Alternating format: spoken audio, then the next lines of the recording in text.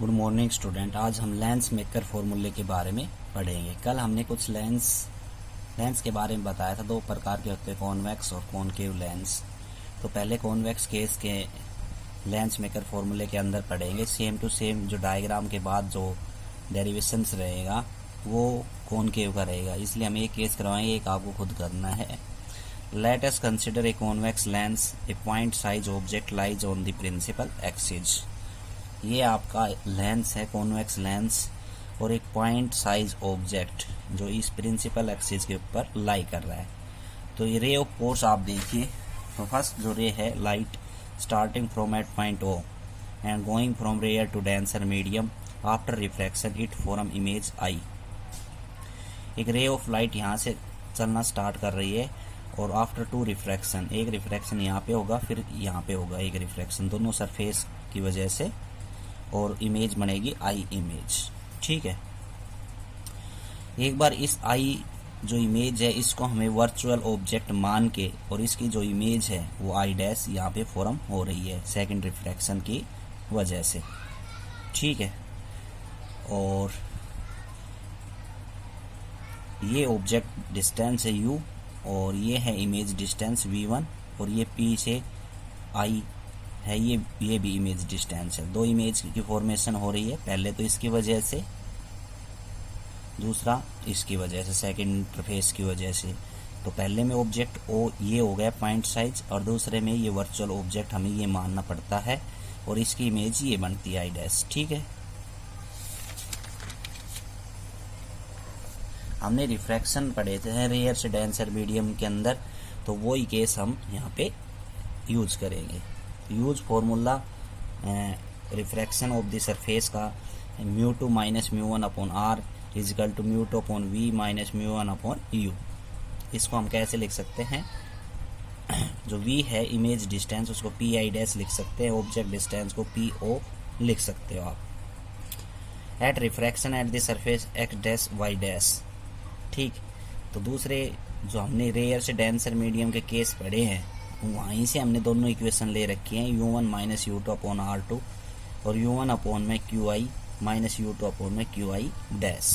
ठीक है, ये pi डैश और qi डैश क्या है यहाँ पे बराबर है, और pa oa के बराबर है, मीन्स ऑब्जेक्ट डिस्टेंस जो होता है पोल से और जहाँ पे ऑब्जेक्ट लाई कर रहा है वहाँ तक का डिस्टेंस, ऐसे इमेज डिस्टेंस भी होता है pi या कह सकते हैं ओआई। दो इक्वेशन हमने कौन सी ले लिए, पीछे जो रिफ्रैक्शन के केस पढ़े हमने रेयर से डेंसर मीडियम के अंदर, ठीक, वो इक्वेशन दो ले लिए। दोनों इक्वेशंस को हमने क्या कर दिया, ऐड। तो μ2 minus μ1 upon r1 plus μ1 minus μ2 upon left hand side को लेफ्ट हैंड साइड से और राइट हैंड साइड को राइट हैंड साइड से हमने क्या कर दिया, ऐड। तो यहाँ से μ2 अपॉन पी आई डैश और μ2 अपॉन क्यू आई डैश ये कैंसिल हो रहा है, क्योंकि पी आई डैश और क्यू आई डैश हमने क्या ले रखा है, बराबर डिस्टेंस। ठीक,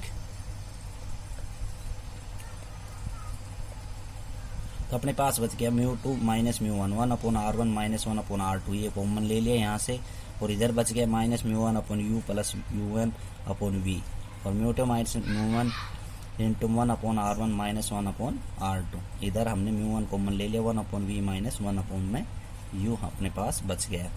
μ2 अपॉन μ1 माइनस 1 और 1 upon r1 minus 1 upon r2 is equal to 1 upon v minus 1 upon u, जो है ये जो μ1 है इधर लिख के आ गए और डिवाइड कर दिया।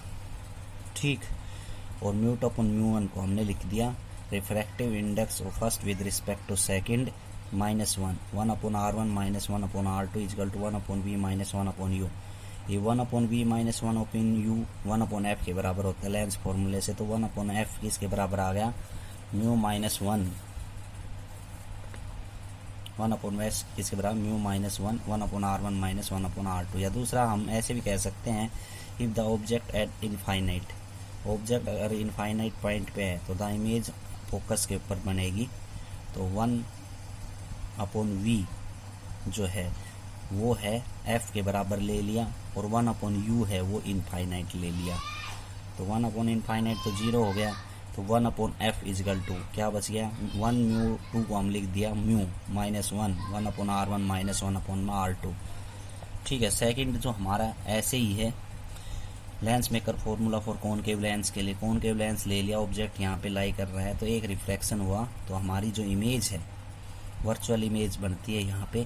तो पहले ही आई इमेज बन रही है और फिर हमने इसको वर्चुअल ऑब्जेक्ट मान के आई डैश इमेज फॉर्म की और फिर सभी डिस्टेंस ले लिए पी से, पी और क्यू यहाँ पे 2 पॉइंट्स हैं। तो पी आई या क्यू आई, मतलब कि ये अपर्चर इतनी इस्तेमाल होती है कि दोनों डिस्टेंस पी आई और क्यू आई एक हम बराबर ले सकते हैं दोनों से डिस्टेंस। जैसे पीछे हमने पी आई बराबर क्यू आई रखा, वो इसलिए रखा क्योंकि दोनों डिस्टेंस जो है यहाँ से यहाँ तक का दोनों क्या इक्वल है। तो ये यहाँ पे ये पी पॉइंट है यहाँ और ये क्यू पॉइंट है, ठीक है। पी आई या क्यू आई एक ही बात है ये।